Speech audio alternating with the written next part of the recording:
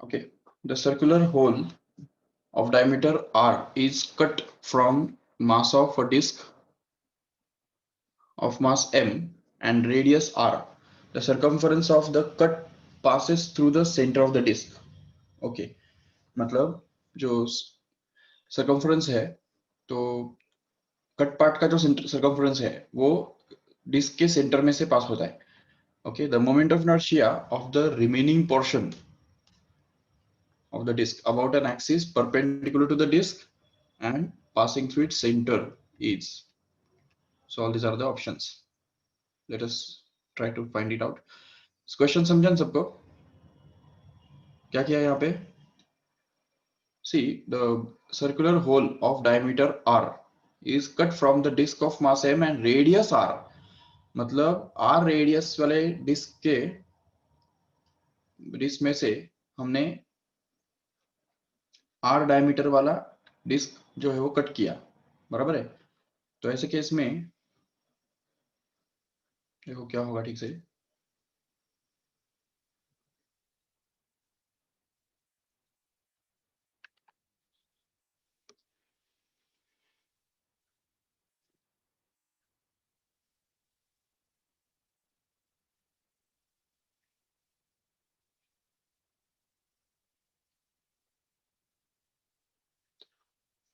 Okay, तो उसका diagram हम कुछ ऐसा दिखा सकते हैं.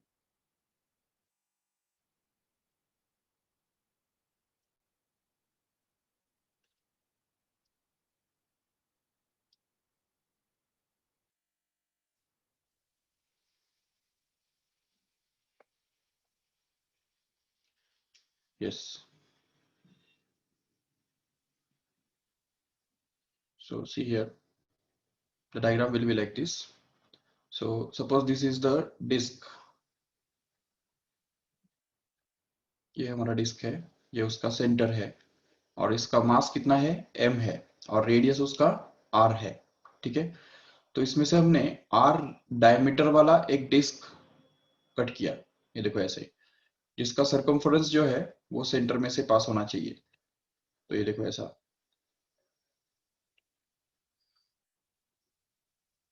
ये हो गया कट किया हुआ पार्ट, राइट. सो अभी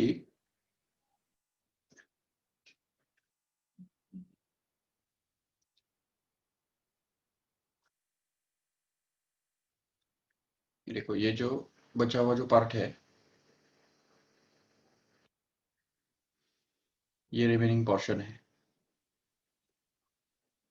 Okay, and we have to find out the moment of inertia of this remaining portion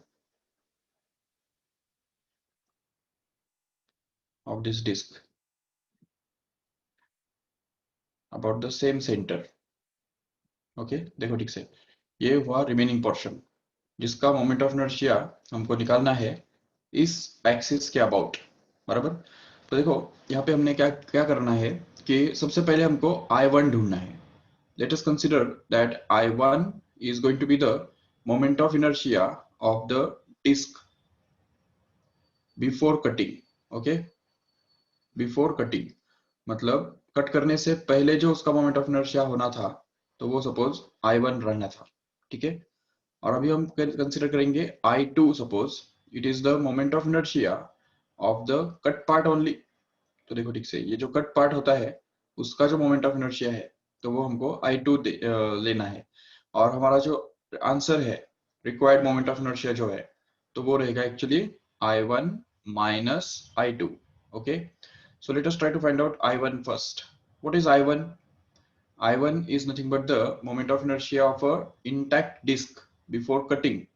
अभी देखो, ये हमको ऑलरेडी पता है कि कोई भी डिस्क जिसका मास m हो और रेडियस अगर r हो, तो उसका फॉर्मूला क्या बनता है मोमेंट ऑफ इनर्शिया का. तो I1 के लिए हमारे पास वही फॉर्मूला हमको यूज करना पड़ेगा, जो कि mr² upon 2 about an axis passing through its center and perpendicular to its plane. Okay, no problem. So ये तो हमको मिल गया, चलो ठीक है. बट अभी हमको ढूंढना है I2. How can we get I2 here? तो I2 निकालने का मतलब ये है कि we have to find out the moment of inertia of a disc again, but that disk will be of diameter r. means what should be its radius? It should be r by 2. And what should be its mass then? मास कितना होना चाहिए उस disc का? देखो ये पूरे disc का मास तो कैपिटल एम है, नो डाउट, बट डिस्क का जो मास है वो हमेशा उसके रेडियस स्क्वायर के ऊपर डिपेंड करता है, बराबर? क्यों? क्योंकि हमको पता है कि mass is always equal to volume. अगर इसका हमने सरफेस मास डेंसिटी अगर सिग्मा कंसिडर किया तो sigma multiplied by pi r square, ये फॉर्मूला हमको मिलता है। और इसीलिए अगर एम डैश मतलब जो डिस्क कट पार्ट जो है, ये जो कट पार्ट है, इस कट पार्ट का अगर हमको मास निकालना है तो वो कैसे निकालेंगे? ये समझो कट पार्ट है, ये देखो, इस कट पार्ट का अगर हमको मास निकालना है तो कैसे निकालेंगे?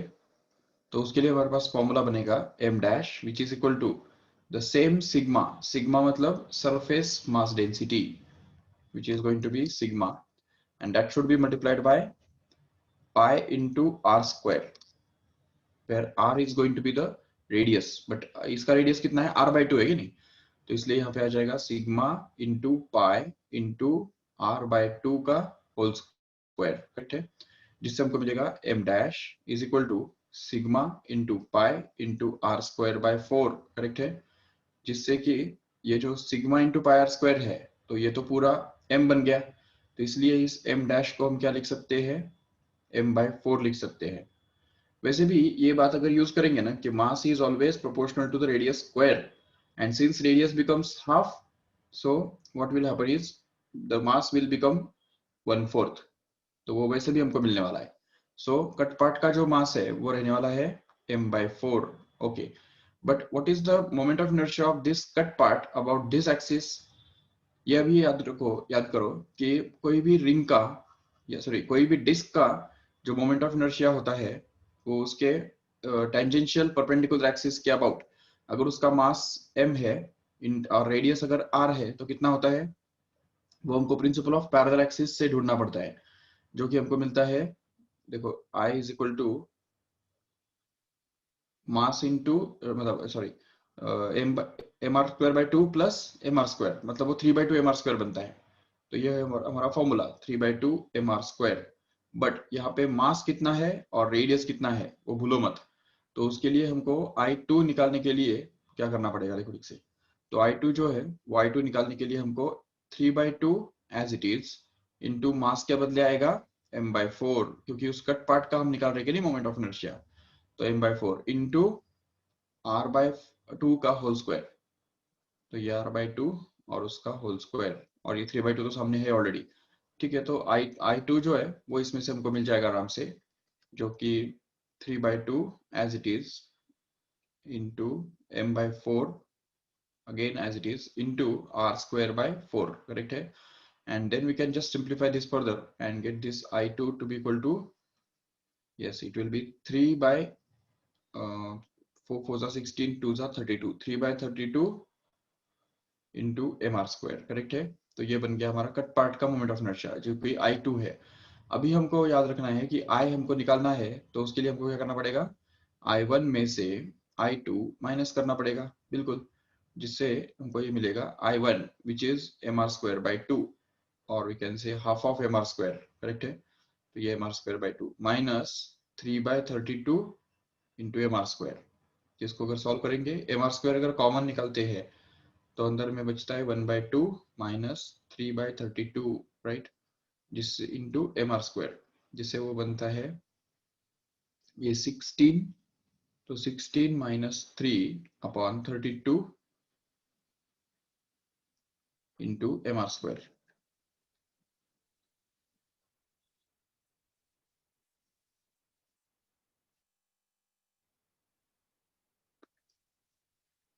जो बन रहा है actually 13/32 M R square. So this must be the moment of inertia of this cut part, okay?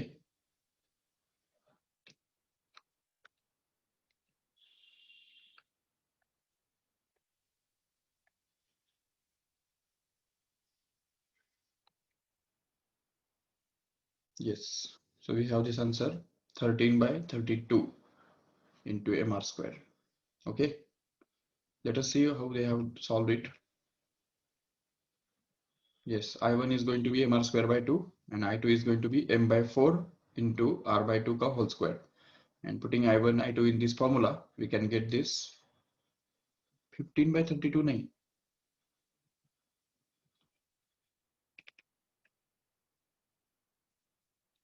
Just check.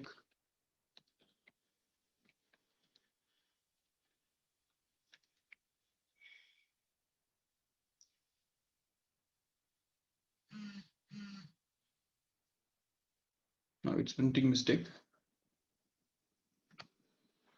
It's not 15 by 32, it is 13 by 32. Okay. यहाँ पे भी अगर सॉल्व करेंगे तो भी क्या बनेगा वो देखो एम आर स्क्वायर बाय 32 आएगा ना. ये यहाँ पे 3/2 उन्होंने मिस किया है. 3/2 लेना जरूरी है. ठीक है.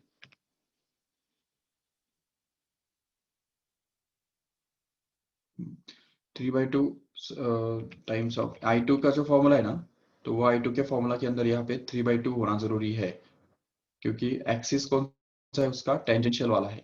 तो इसलिए यहाँ पे 3/2 आएगा जिसके कारण वो 13/2 बन जाएगा. चलो ठीक है. 13/32. ठीक है. Let us see the next question. Solid sphere having mass m and radius r rolls down an inclined plane, then its kinetic energy is. Okay, so solid sphere जो है,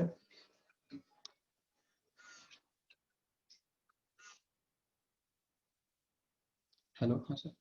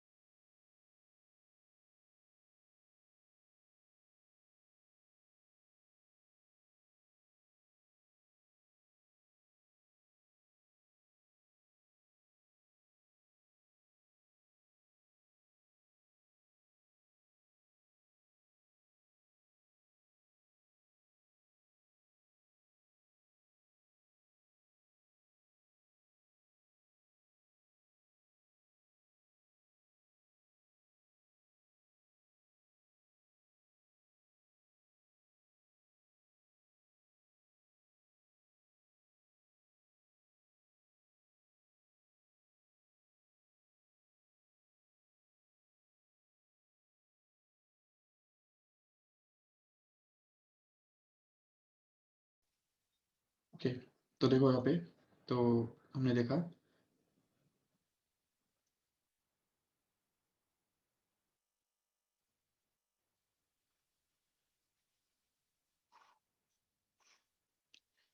यस solid sphere बोला है ना, तो having a mass m and radius r rolls down an inclined plane, then its kinetic energy is how many times of rotational and how many times of that translational.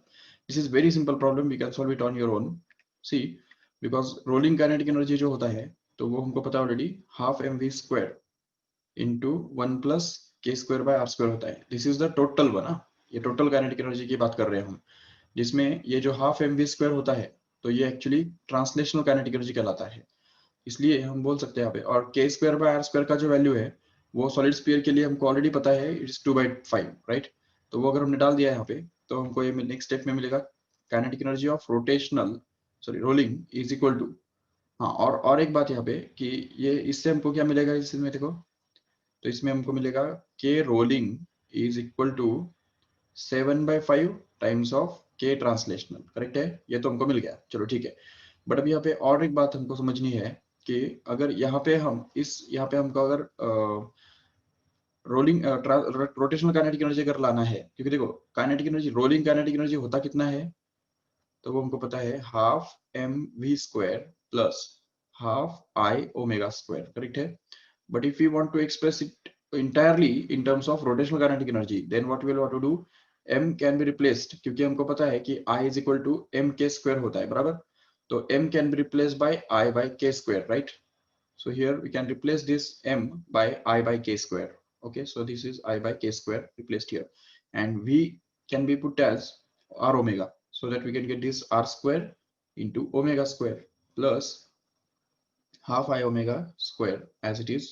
Okay, so if we take this half I omega square common from this whole bracket, then what we are left with inside is r square by k square plus 1, correct hai?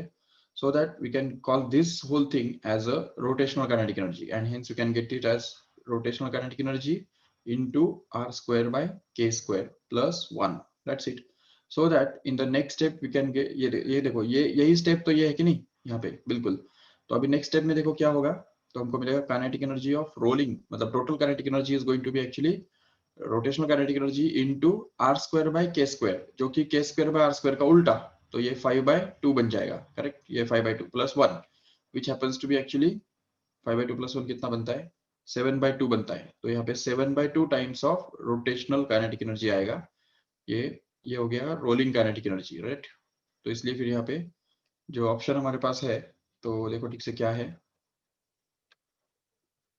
Yes, then its kinetic energy is, मतलब total kinetic energy is actually 5/7 times of rotational kinetic energy. Sorry, एक minute, क्या देखा अभी हमने, हाँ देखो 7/5 times of translational kinetic energy and 7/2 times of rotational kinetic energy, याद रखो ये 7/5 और 7/2. So we can just see 7/5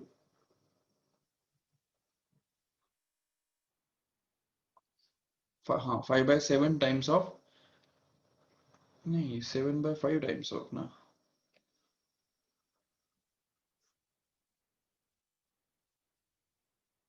option he wrong है शायद,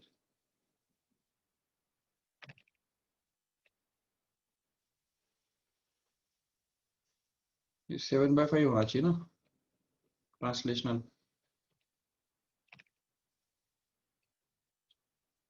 यहाँ पे 7/5 होना चाहिए, और रोटेशनल का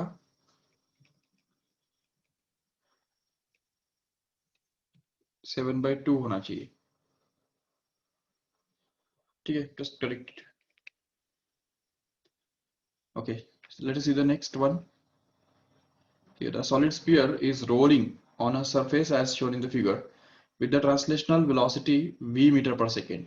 If it is to climb inclined surface continuing to roll without slipping, then the minimum velocity u for this to happen is, अच्छा देखो यहाँ से उसको ऊपर जाना है, यहाँ तक हाइट पे पहुंचना है, तो just equate the kinetic energy and try to find out the answer on your own.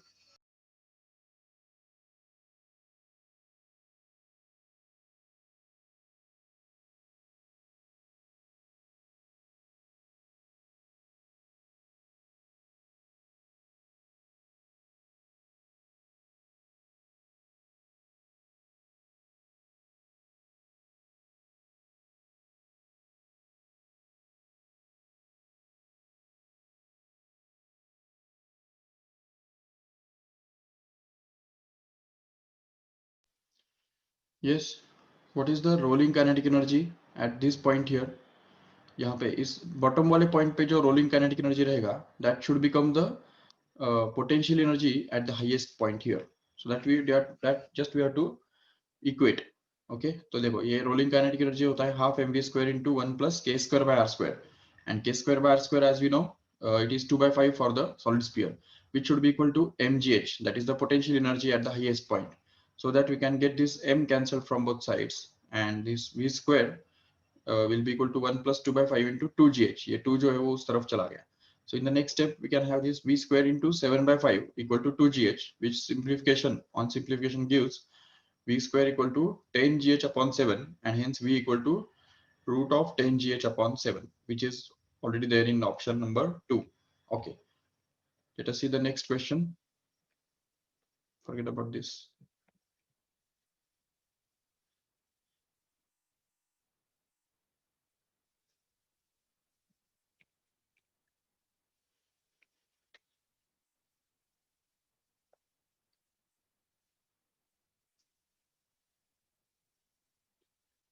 Just read this question. A thick-walled hollow sphere has outside radius r naught. It rolls down and inclined without slipping, and its speed at the bottom is v naught. Now the incline is waxed so that it is practically frictionless, and the sphere is observed to slide down without any rolling. Okay, without rolling. So its speed at the bottom is observed to be 5 times v naught by 4.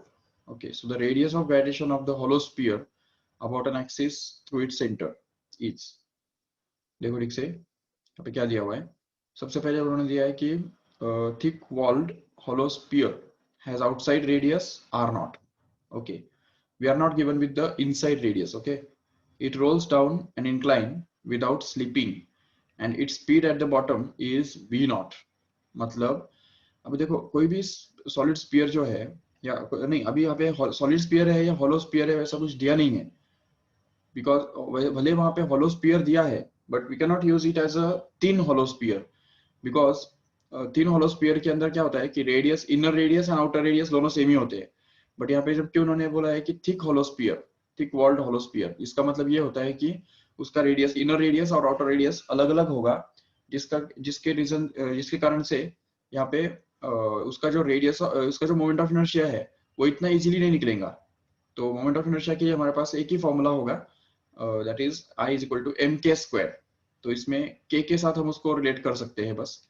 Okay, तो देखो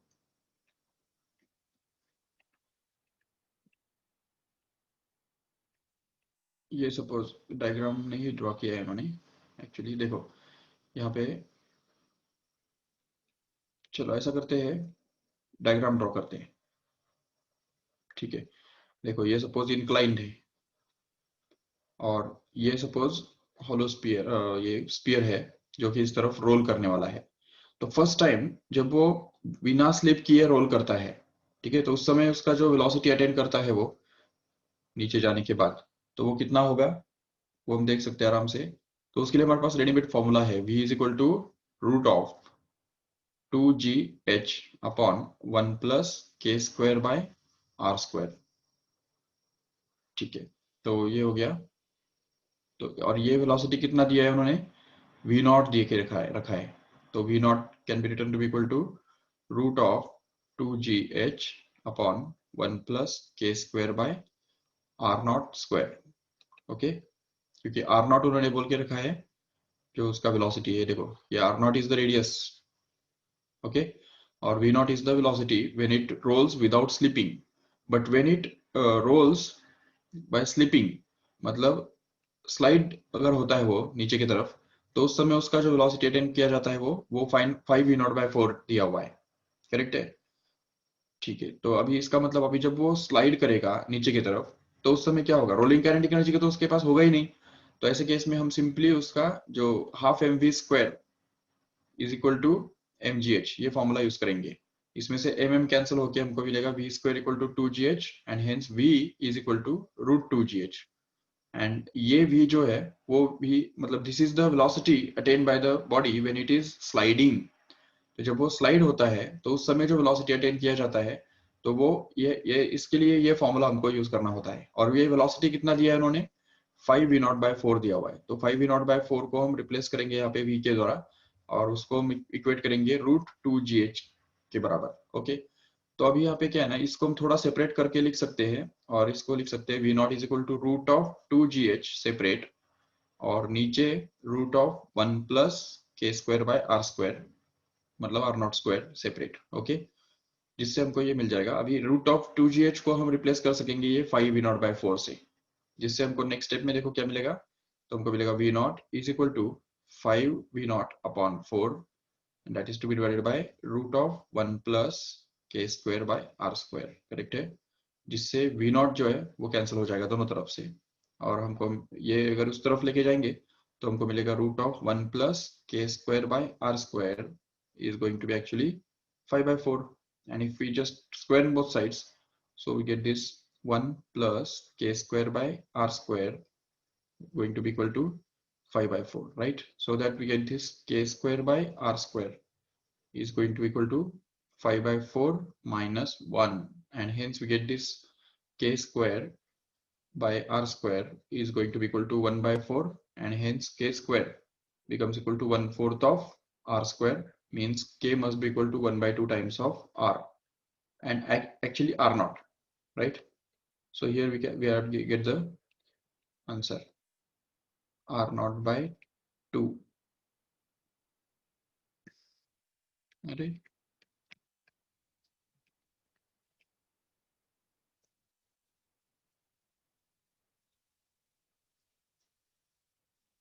अच्छा, squaring both sides किया ना हमने, तो यहाँ पे squaring करने के बाद ये 5/4 का भी तो स्क्वायर होगा, तो वो 25/16 होगा actually.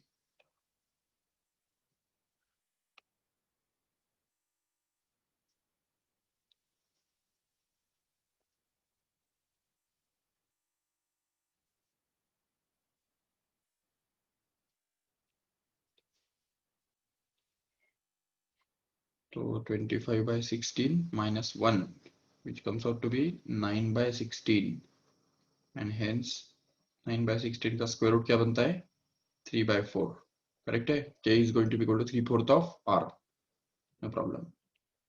So this is going to be the correct answer. Okay, चलो next step.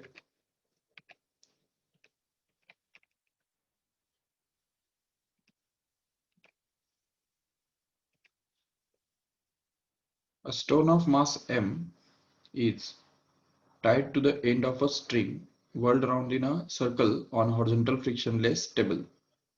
Okay, the length of the string is reduced gradually, keeping the angular momentum of the stone about the center of the circle constant. Then the tension in the string is given by T is equal to A into R raised to N, where A is a constant. Then R is the instantaneous radius of the circle. The value of N is equal to, okay, तो मतलब tension का variation हमको ढूंढना है। देखो ठीक से, तो अभी बेसिकली क्या है ना कि एंगुलर मोमेंटम कांस्टेंट उन्होंने बोला है ना, तो law of conservation of angular momentum हमको यूज करना पड़ेगा बिल्कुल। और इसमें क्या है ना कि radius length of the string is reduced gradually, right. इसका मतलब क्या है कि radius of the circle is going to decrease. Okay, तो जैसे रेडियस डिक्रीज होगा तो उसकी वजह से क्या होगा, सेंट्रीपिटल फोर्स जो है, सेंट्रीपिटल फोर्स हमको पता है F इज इक्वल टू क्या होता है mv² / r हुआ करता है। तो अभी इसमें क्या है कि रेडियस तो डिक्रीज हो रहा है तो सेंट्रीपिटल फोर्स जरूर बढ़ेगा, और at the same time the angular momentum is kept constant and radius is decrease, right.